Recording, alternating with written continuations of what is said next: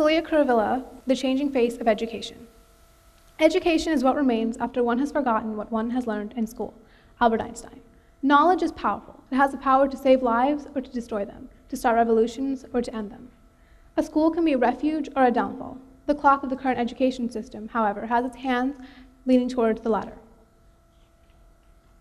There is an abundance of factors that contribute to a child's inability to learn, one of them being that we have been generalized into one single student. Standardized testing leads to a standardized classroom, which in turn tests and teaches students from only one perspective.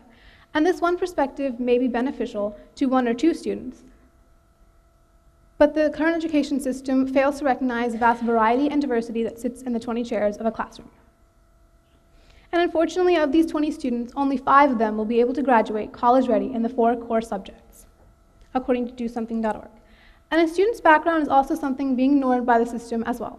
In one student's family, it may not be common to finish schooling, and therefore an education is not one of their top priorities. And in others, physical or verbal abuse is a potential threat to that student's entire life.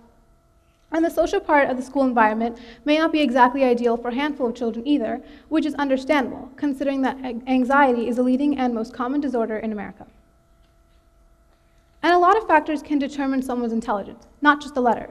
So before the education system demands that a teacher straightens out his or her weak students, maybe it should consider that not everyone fits into society's perfect little mold. And the current education system loves to make us explain why or how, so maybe it should explain why or how on earth 1.3 million students dropped out of high school exactly 5 years ago.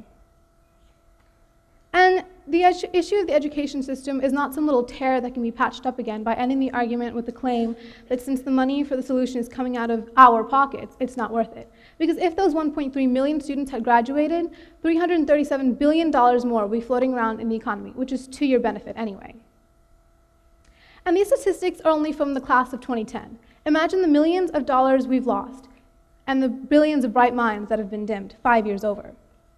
And besides the main stupidity on the surface of the education system, there lies tens of hundreds of labels: gifted, talented, advanced, infinity, basic, regular. And to us students, it's a lot less sugar-coated. We see it as not important anymore, the only thing this district cares about, the overachievers and the ones who don't care enough. And in this day and age, it's fine if you want to call a classroom basic or gifted but not quite there to undermine their failing grades to better sleep at night, but to use it against them, letting them know that from a young age that they are not good enough is gross and obscene. And rather than stop and help the students falling behind, the system tells us that it is our fault that we don't care, and our fault that we don't understand a certain concept, and that we were supposed to be the generation of excellence, and that we are pulling down the dream of a better future, and yet, where has all that gotten you? Thank you.